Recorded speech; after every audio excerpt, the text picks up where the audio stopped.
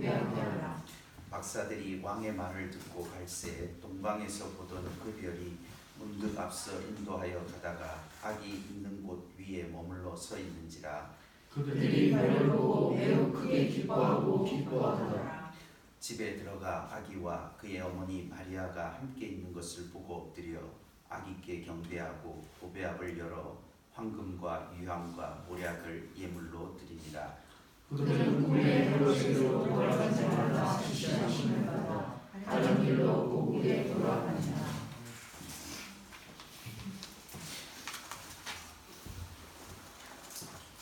그리스도 안에 사랑하는 성도 여러분, 오늘 우리가 성탄절을 맞아서 마태복음 2장의 말씀을 읽었습니다.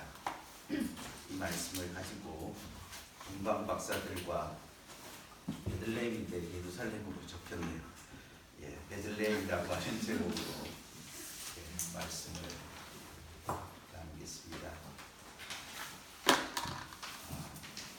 동방 박사들과 베들레헴이라고 하는 이 제목은 우리가 읽은 2장 1절부터 12절에 있는 말씀을 잘 표현해주는 중요한 두 단어라고 말할 수 있겠습니다.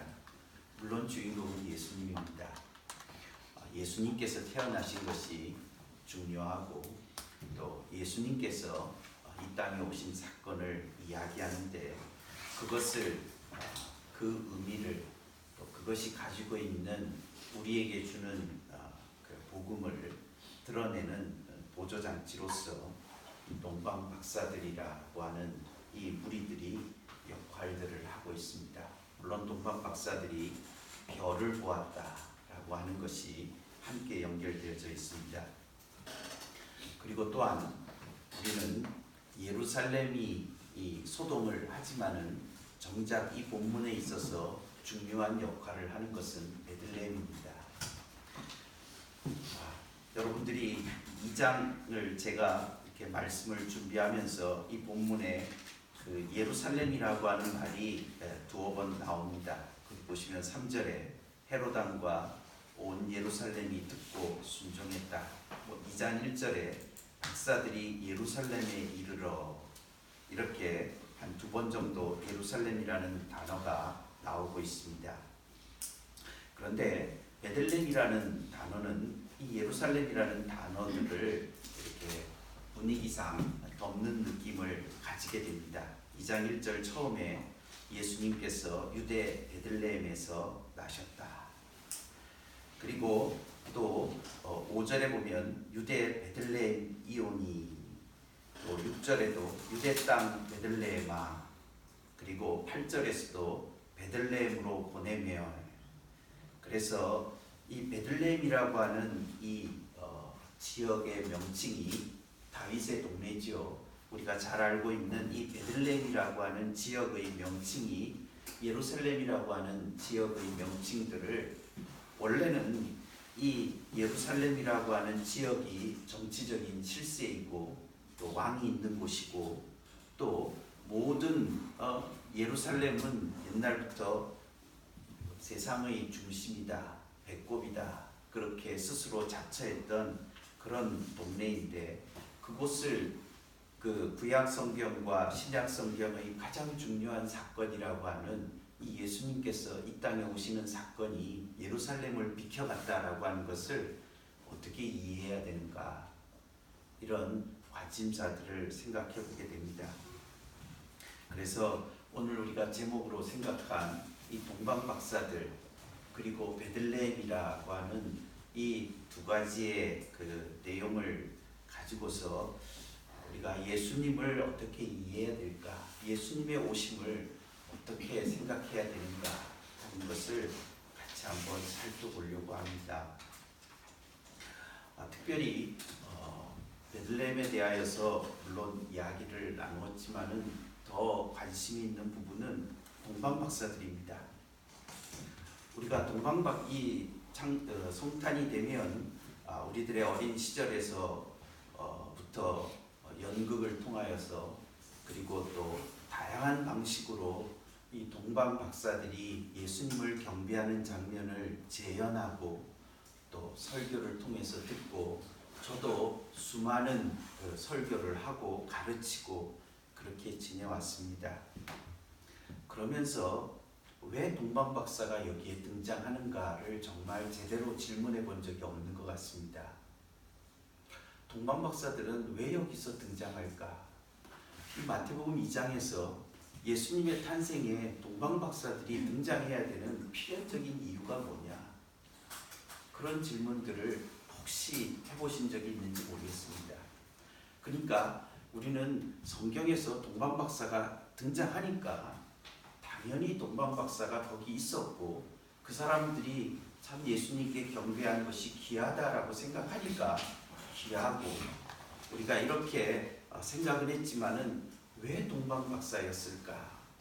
이런 질문들을 이번에 성탄절을 맞으면서 또 지난주일은 제가 설교도 안 했기 때문에 좀 더 시간을 가지면서 왜 동방박사였을까? 이런 생각들을 좀 더 깊이 조금 생각을 해보게 되었습니다. 일반적으로 모든 주석에서 이 동방이라고 하는 것을 얘기할 때 이 별을 보고 깨달은 이 박사들의 위치를 마기라고 하는 이 표현을 점성술사다라고 일반적으로 대부분 동의를 하고 있습니다. 그래서 그 동방이라고 하는 것을 이제 표현할 때에 아마도 바벨론이나 페르시아 지역에 있었던 점성술사들일 것이다 라고 하는 것은 일반적으로 다 알려진 이야기들입니다.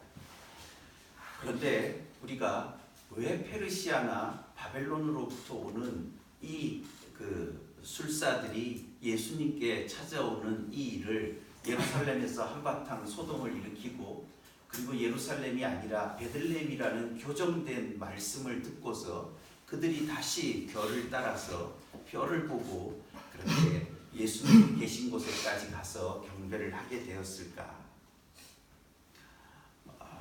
우리가 이 동방으로부터 온 이 박사들, 그 사람들의 신분이 어떤 것인지 또 어떤 사람들인지 우리가 정확히는 알지 못하지만 도대체 그들이 출발한 바벨론이나 페르시아라고 하는 지역이라는 것이 이 마태복음의 이 첫 부분들에서 어떤 기능과 역할들을 하는 것인가, 이런 것들에 대한 질문들을 하면서 우리 예수님이 태어나신다라고 하는 것이 무슨 의미가 있는 것일까, 이런 질문들을 해보게 되었고 또 그런 가운데서 오늘 같이 여러분들하고 말씀을 좀 정리하고 나누고 싶습니다. 우리가 이것을 위해서 약간은 마태복음 1장에 나오는 조금은 거슬러 올라가지만 예수님의 이 족보, 예수님의 태어남을 이야기하는 예수님의 족보에 대한 문제를 조금은 이야기를 해야 될 것 같습니다. 우리는 마태복음에 있는 족보가 아브라함부터 시작해서 예수 그리스도가 오실 때까지를 기록한 족보라는 것을 잘 알고 있습니다. 그 족보를 보는 다양한 이해들이 있습니다. 그런데 우리가 지금 관심 있게 보려고 하는 것은 아브라함으로부터 시작해서 다윗까지가 큰 한 묶음이고 두 번째 묶음은 다윗부터 바벨론의 포로가 되는 것까지가 두 번째 묶음입니다. 그리고 세 번째 묶음은 바벨론 포로된 상태 속에서 그리스도가 나시는 것까지가 세 번째 묶음입니다.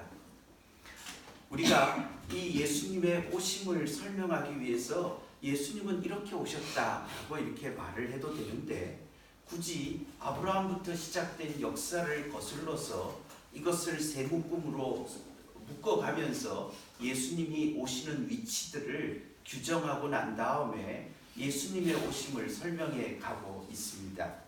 그렇기 때문에 예수님이 이 땅에 오신다라고 하는 마태의 기록 속에서의 예수님의 이 땅에 오심을 이해하는 방법은 이 족보하고 조금은 연결을 해야 된다는 것입니다.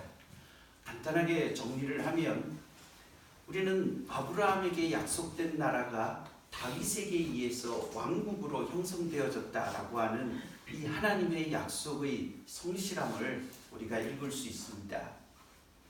그리고 그런데 다윗의 정점에 있었던 이 아브라함의 나라가 왜 포로가 되어졌느냐? 바벨론의 포로가 되어졌느냐라고 하는 문제, 이 두 번째 족보가 말해주는 것은 그 첫 번째 이 다윗으로부터 시작하는 첫 번째 기록에 보면 다윗은 우리아의 아내에게서 솔로몬을 취했다라고 하는, 솔로몬을 얻었다라고 하는 본문이 그 문제에 답을 주고 있습니다. 6절에 보면 이새는 다윗 왕을 낳으니라. 다윗은 우리아의 아내에게서 솔로몬을 낳았다라고 말하고 있습니다. 우리가 그 마태복음 1장을 이해할 때에 이 마태복음에 있는 족보 속에 여인들이 들어있는 이유가 뭐냐라고 하는 것을 다양하게 해석하는 해석들을 많이 들을 수 있습니다. 그 부분에 대하여서 우리가 언젠가는 또 설교를 했던 적도 있고, 또 그래서 그 부분을 이야기하려고 하는 것은 아니지만, 여기에 다윗은 우리아의 아내라고 하는 이 표현은 다윗에게 있었던 결정적인 사실들을 고발하는 진술입니다. 우리아의 아내에게 이름이 있었습니다. 그리고 이 우리아의 아내라고 기록하는 방법보다는 밧세바라는 이름으로 기록하는 것이 족보의 원래 의도를 밝히는데 더 효과적일지 모릅니다. 즉, 족보라는 것은 부끄러운 역사를 기록하는 것이 아니라 어떻게 하면은 기억이 될 수 있는 좋은 것을 기록하는 것이 족보입니다. 그래서 족보를 보면 그가 어떤 학위를 가졌는지, 그가 어떤 벼슬을 했는지, 이런 일들에 대해서 기록을 하는 것이 일반적인 족보입니다. 그렇기 때문에 다윗은 밧세바에게서 솔로몬을 낳았다라고 말하는 것이 훨씬 더 나은 기록법이라고 할 수 있습니다. 그럼에도 불구하고 성경은 다윗은 우리아의 아내에게서 마치 우리아의 아내를 자기의 아내가 아닌 남의 아내를 통하여서 솔로몬 왕을 얻었다라고 그렇게 고발을 하고 있습니다. 우리가 성경의 역사를 제대로 읽는다면 솔로몬을 낳은 시점에서는 다윗은 이 밧세바는 자신의 아내였습니다.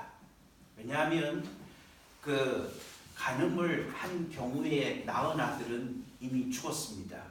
그리고 나서 이제 우리아가 죽고 난 다음에 이 우리아의 아내였던 밧세바를 취해서 그가 자기의 아이를 낳았음에도 불구하고 다윗은 계속해서 우리아의 아내에게서 솔로몬을 낳았다라고 규정을 하고 있습니다.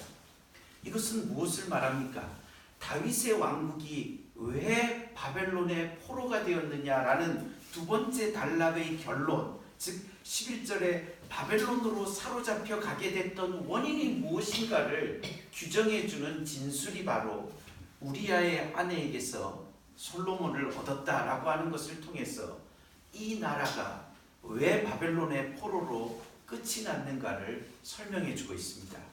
그것은 죄 때문입니다. 바벨론 포로라고 하는 것을 말해주는 핵심적인 것은 바로 다윗의 범죄라고 하는 것이 바로 바벨론 포로라고 하는 현실을 만들어 내었다라고 고발을 하고 있습니다. 그리고 나서 마지막 세 번째 이야기는 바벨론으로 포로 잡혀간 이후로부터 이제 마지막에 16절에 보면 그 마지막 족보의 표현에 야곱은 마리아의 남편 요셉을 낳았으니 마리아에게서 그리스도라 칭하는 예수가 나셨다고 말하고 있습니다. 여기에 표현에 있어서 예수님이 나셨다라고 하는 것을 말하는 것으로 만족하지 않습니다. 그리스도라 칭하는 예수가 나셨다. 다르게 표현하면 메시아라고 하는 예수가 나셨다라고 하는 것입니다. 메시아, 그리스도라고 하는 예수님이 태어나시는 정황은 어떤 정황이냐는 것입니다. 그것은 바로 다윗의 범죄가 이스라엘 역사 가운데 짙게 드리워져서 죄라고 하는 것이 바벨론의 포로라고 하는 어두운 상태를 만들어낸 현실 속에 그리스도라고 하는 한 직분자가 어떤 역할을 해야 되는 사람인 예수가 등장을 하게 되었다라고 하는 것입니다. 그리스도 예수가 나셨다라고 얘기하는 표현은 예수님이라고 하는 분이 그리스도로서 메시아로서 역할을 해야 되는 시대적인 환경을 보여주고 있는 족보인 것입니다. 예수님은 어떤 상황 속에서 일을 해야 되는 사람인가? 그리스도라고 하는 것은 직분에 관한 명칭입니다. 목사, 장로, 권사, 간사, 혹은 어떤 교사, 어떤 역할인지 모르지만은 자신의 역할을 하는 누구, 예수라고 하는 분이 나셨다는 것입니다. 이것이 마지막이라고 하는 것은 무엇을, 이 세 번째 단락이, 족보의 세 번째 단락이 말해주는 핵심적인 내용은 무엇입니까?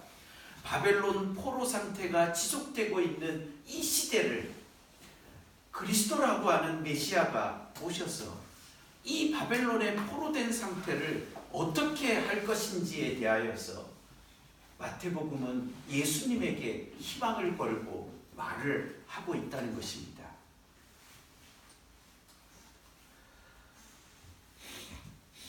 우리의 이러한 독법을 확실하게 도와주는 표현은 17절에서 확실히 그것을 구체적으로 표현해 주고 있습니다.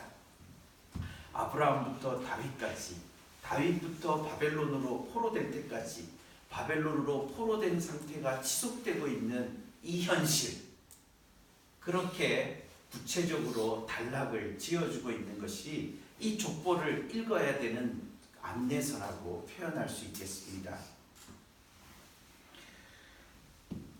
우리는 마태복음 1장의 그 예수님께서 태어나시는 이 과정에 대하여서 우리가 읽은 본문이 아니었기 때문에 예수님께서 마리아를 통해서 태어나셨다라고 하는 것을 1장 나머지 뒷부분에서 읽게 됩니다.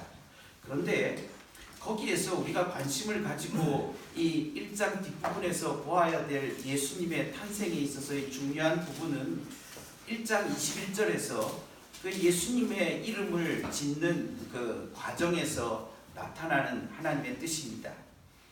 아들을 낳으리니 이름을 예수라 하라. 이는 그가 자기 백성을 그들의 죄에서 구원할 자다라고 표현하고 있습니다.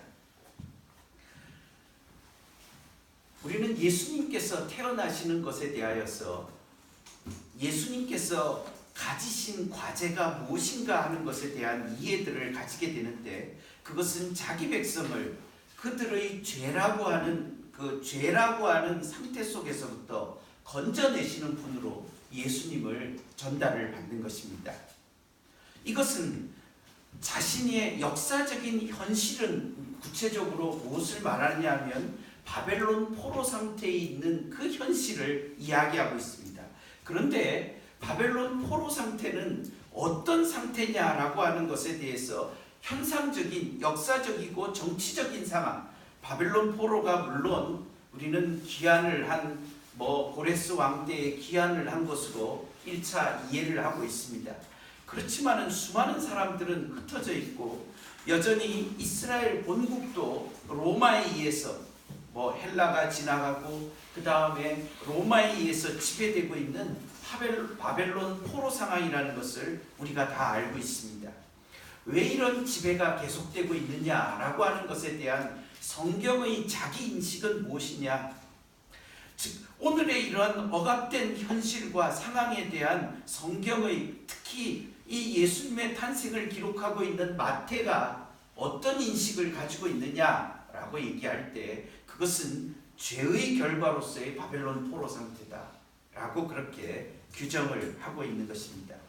예수님께서 그리스도로서 이 땅에 오셨다라고 얘기할 때 그가 이 땅에 오셔서 이 땅에 오신 현실의 상태는 어떤 것이냐? 바벨론의 포로 상태에서 죄 가운데에서 허덕이는 인생들 가운데 그가 오셨고, 그는 그곳에서 자신의 일을 이루셔야 되고 특별히 구원이라고 하는 것을 이루셔야 된다고 말하고 있습니다.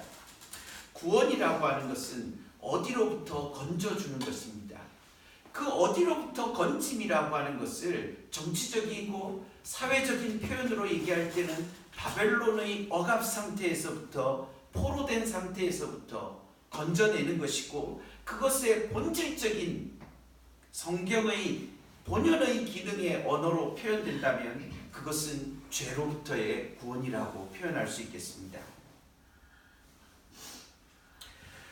우리가 이런 이 마태복음을 읽어가는 과정 속에서 동방에서부터 온 박사들의 역할이 무엇일까? 우리가 오늘 말씀을 읽으면서 질문했던 핵심적인 질문입니다. 동방에서부터 박사들이 와서 예수님께 절을 하는 것, 그것을 이끌어갔던 별의 등장, 우리는 이 본문 뒤에 있는 도대체 동방에서 박사들은 어떤 생각을 가지고서 또 어떤 계기를 통해서 이 별은 유대인의 왕이고 우리는 그에게 경배하러 가지 않으면 안 되겠다는 생각을 어떤 과정을 통해서 가지게 됐는지 알 수 없습니다. 거기에 대해서는 수많은 소설적 구성이 가능할 수 있겠습니다. 어린이 동화에 우리 성극에도 그것까지 설명하는 거는 잘 못 봤는데 뭐 얼마든지 많은 가설들을 세울 수 있지 않겠습니까? 그러나 그 많은 것들에 대해서 말하지 않는 부분들에 대해서는 말하지 않기 때문에 우리가 상상으로 채워넣을 수 있는 많은 가능성들이 있습니다. 결론은 우리가 알 수가 없습니다. 그러나 중요한 것은 왜 페르시아냐? 왜 바벨론에서부터 박사들이 예수님 앞에 무릎을 꿇러 오느냐? 우리의 관심사는 그것입니다. 왜 바벨론으로부터냐? 왜 페르시아로부터냐? 성경은 결국은 기록이라는 방식을 통해서 우리가 첫사람이 되어서 예수님을 대면하는 상황이 아니기 때문에 성경이라는 기록을 통해서 우리는 복음을 만나는 수밖에 없습니다. 성령님의 역사라고 하는 것도 우리는 기록되어져 있는 말씀을 통하여서 하나님이 말씀하시는 것을 듣는 방식밖에는 없습니다. 그랬을 때에 왜 우리가 예수님이 태어나는 환경을 바벨론의 포로된 상태로부터 죄 때문에 바벨론의 포로가 되어진 그 현실로부터 건져 주어야 될 그런 예수님의 오심을 이야기할 때에 우리에게 왜 그 바벨론으로부터 오는 현자들을 통하여서 우리에게 말하고 있는 진실이 무엇인가 하는 것을 듣게 되는 것입니다. 그래서 동방으로부터 온 박사들이라고 하는 것에 이 동방이라고 하는 우리의 관심사는 마태복음 1장을 우리가 읽어감에 있어서 읽는 것과 연결되어진 2장의 위치에서는 너무 평이하고 자연스럽게 읽혀진다는 것입니다. 동방으로부터 동방의 권세라고 하는 것들이 예수님 앞에 이 엎드리는 과정을 통하여서 예수님께서 바벨론의 포로로부터 자기의 백성을 건져내시는 분으로서 등장을 하신다는 것을 잘 도와주는 그러한 방편이 바로 동방에서 난 박사들을 통해서 우리에게 전달되고 있습니다. 그러니까 좀 더 쉽게 좀 더 간단하게 말하자면 동방에서부터 박사들이 온 것을 통해서 이스라엘 백성은 바벨론 포로에서부터 돌아오는 일들에 대한 꿈을 볼 수 있다라고 하는 것입니다.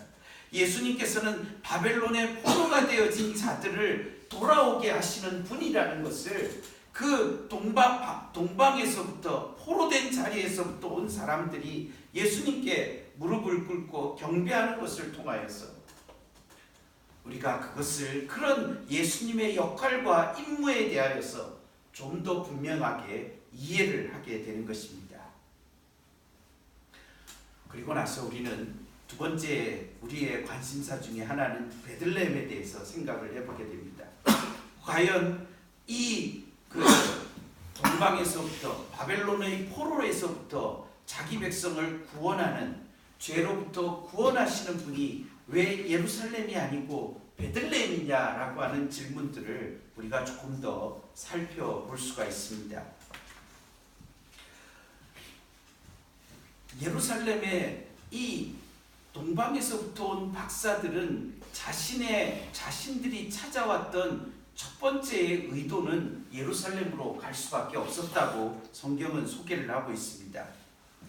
자기들이 본 별은 유대인의 왕의 남을 알리는 표시였습니다. 어떻게 그것을 알았는지에 대해서 수많은 추측들이 가능한 부분입니다. 저는 모릅니다. 어쨌든 성경은 우리들에게 전달해 주는 것이 동방 박사들은 이 페르시아에서부터 온 이 사람들은 그 별을 통해서 유대인의 왕이 태어난다는 것을 알게 되었고, 그는 이 동방 박사들은 자연스럽게 어디를 찾아갔냐면 예루살렘을 찾아갔습니다. 별이 동방 박사를 인도했다는 말은 거짓말인 것 같은 느낌이 듭니다. 어쨌든 별을 보고 그에게 경배하러 왔다라고 그렇게 이야기를 하고 있습니다. 그래서 예루살렘으로 가서 이야기를 함으로써 예루살렘이 소동하게 됩니다. 헤롯 왕이 통치를 하고 있고 자기의 아들들이 멀쩡하게 서너 명씩이나 있는 현실 속에 유대인의 왕으로 났다라고 하는 말들이, 또 그런 유대인의 왕으로 로마가 인정해준 왕이 지배하고 있는 온 예루살렘의 평화가 한순간에 깨어지는 현실을 3절에서 헤롯 왕과 온 예루살렘이 듣고 소동한다 하고 그렇게 표현을 하고 있습니다. 우리가 이 예루살렘에서 이 동방에서부터 온 박사들이 예루살렘으로 갔다는 것을 통하여서 이해되어지는 그들의 한계에 대해서 생각해 볼 수 있습니다. 제가 이 본문을 살피면서 이런 관점에서 2장을 설명하는 것을 조금 들을 수 있었습니다. 즉, 자연이라고 하는 것이 가지고 있는 박사의 지혜가 한계가 이거 아니냐. 예루살렘을 지향할 수밖에 없는 것. 자연이 가지고 있는, 학문이 가지고 있는 시대적 한계가 그거 아니냐. 정치적인 것을 찾는 것. 그것으로 해결돼야 우리가 어떤 힘을 가져야 되고 정치력을 가져야 되고 더 많은 지식을 가져야 되고 거기에서 최고의 답을 찾으려고 하는 것. 그 한계를 말해주는 것이 아니냐.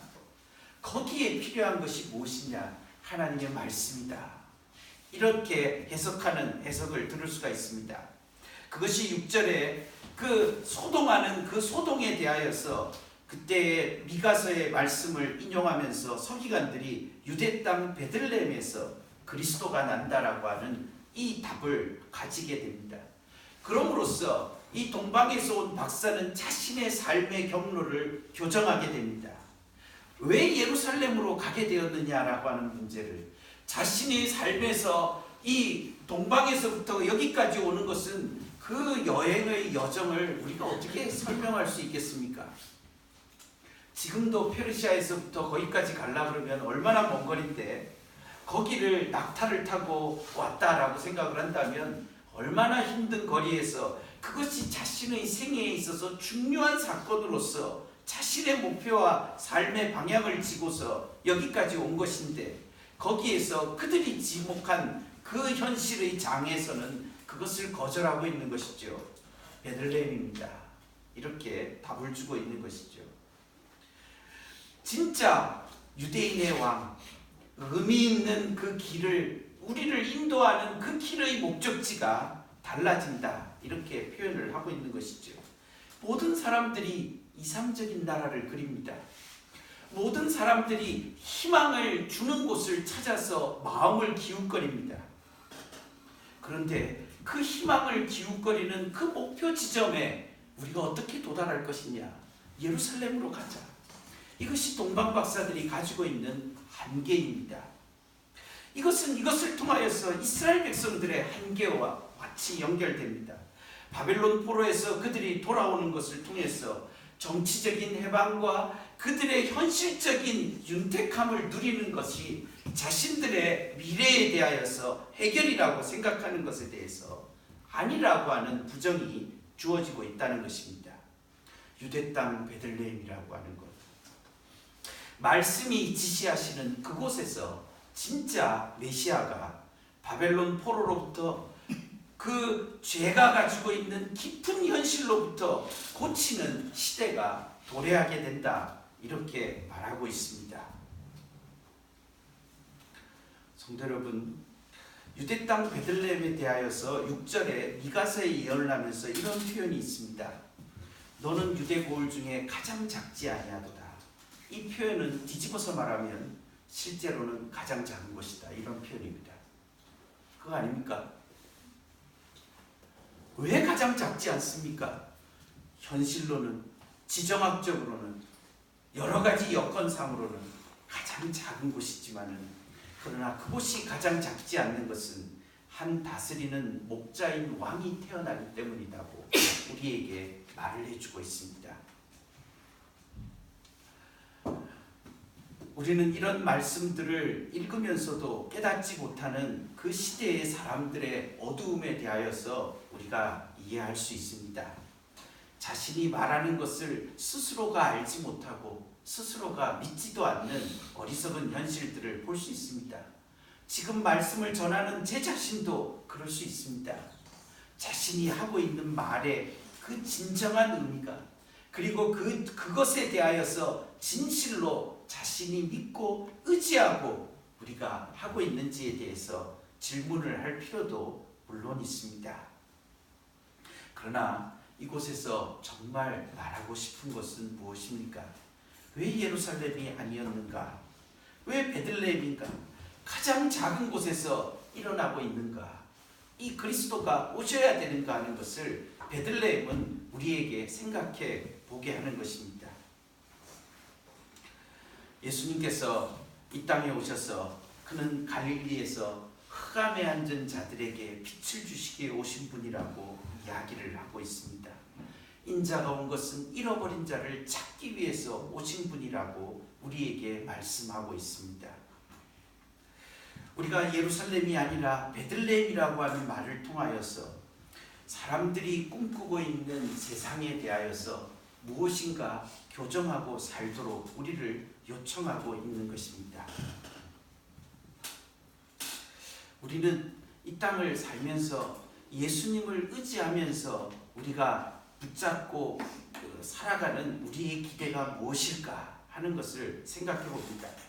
동방박사들은 아마도 이런 별의 징조를 타고 태어나는 왕을 통해서 이 세상은 이전에 보지 못했던 어떤 새로운 평화의 시대를 본다든지 다시는 태어나지 않을 군주가 태어나는 것을 꿈꾸었는지 모르겠습니다. 그래서 그들은 예루살렘으로 가고 거기에서 일어날 일들을 기대했는지 모르겠습니다. 어떤 사람들이 어떤 행동을 하는 이유는 자신의 삶의 모든 것을 기울여서 예물까지 가지고 와서 그 앞에 엎드리는 이유는 거기에 우리의 소망이기 때문입니다.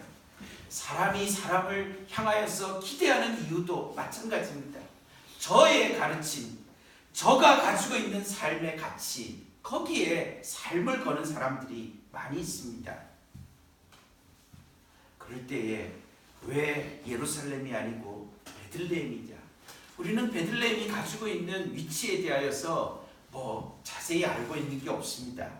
단지 예루살렘이 아니고 가장 작은 곳, 성경에서 막 표현하는 그 표현상에서 가장 작은 곳, 도무지 기대가 되지 않는 거기에서 일어나고 있는 예수님을 통해서 정말 이스라엘이 기대하고 있었던 바벨론의 포로로부터 회복되어지는 우리의 죄가 정말 해결되어지는 그런 자리들이 발생할 것이다 라고 그렇게 우리에게 말해주고 있습니다.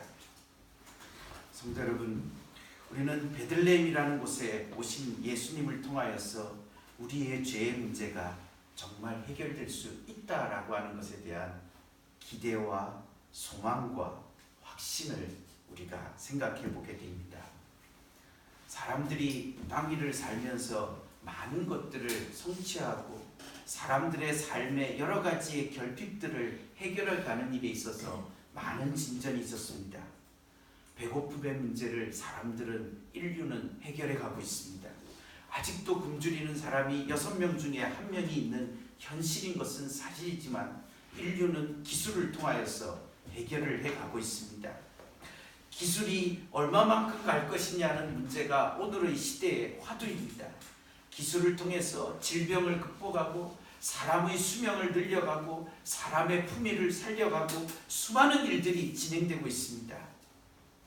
그러면서도 해결되지 않는 문제는 우리의 탐욕과 욕심과 우리의 마음의 죄악들과 시기와 미움과 다툼들을 해결해 가지 못하는 인생들인 것을 보게 됩니다.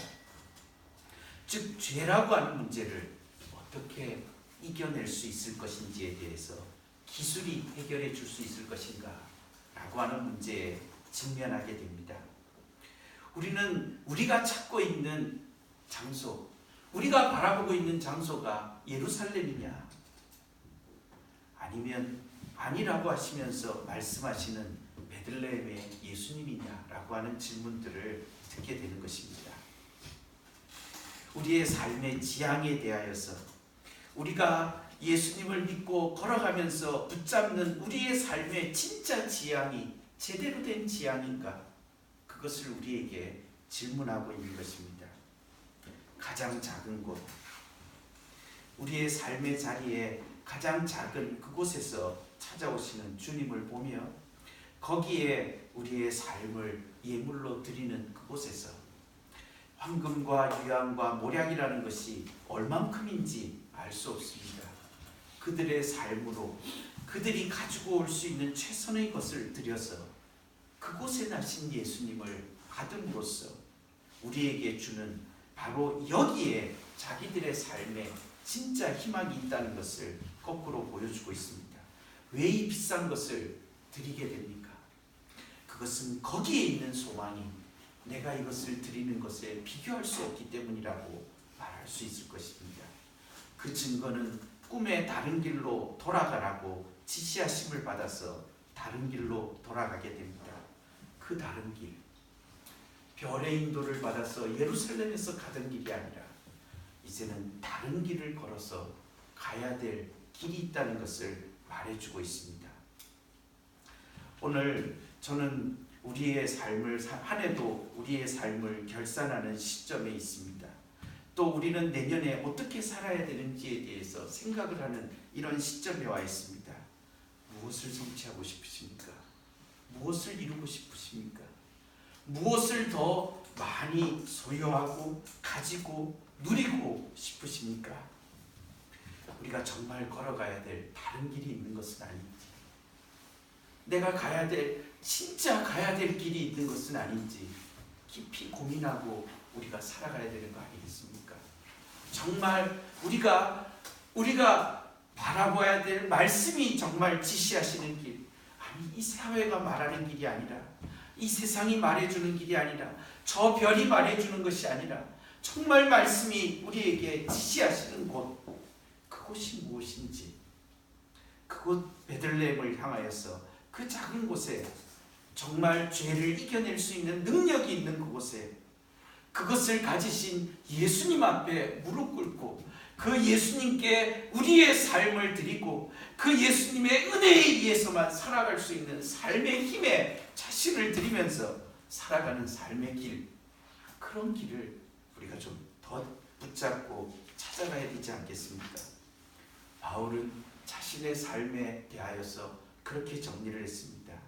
내게 이제껏 유익하던 것을 다 배설물로 여기고 뒤에 있는 것으로 여기고 나는 앞에 있는 것, 예수 그리스도의 십자가와 부활에 붙잡히기 위해서 그는 자기의 앞에 있는 것, 예수 그리스도의 십자가와 부활 가운데 더 머무르기 위해 달려간다고 말하고 있습니다. 우리의 꿈꾸고 살아가는 것들이 어떤 것을 꿈꾸는 것인지를 잘 살펴보았으면 좋겠습니다. 우리의 마음에 진실함과 정직함을 가지고 우리의 중심을 들여다보면서 우리가 정말 주와 복음의 길에 진실하게 서 있는가? 나의 삶의 자리들을 그 주와 복음을 위한 삶의 길에 성실하게 서 있는 사람들인가? 우리가 물어보면서 우리의 길들을 교정하고 새로운 바른 길로 걸어가도록 우리를 지금 부르고 계신 것이 이 본문을 읽으면서 우리가 가져야 되는 그런 태도가 아니겠습니까? 동방박사들, 포로에서부터 회복하는 예수님의 그 역할을 우리에게 기억시켜주는 이 동방박사들의 등장을 통해서 그들이 말씀을 통하여서 보아야 될 가장 작은 곳, 그곳에 우리 성도들, 저의 시선들이 머무르고 우리가 살아야 될 삶의 자리들이 계속 머무르는 그런 하나님의 사람들이 되어야 되겠습니다. 우리 말씀을 기억하면서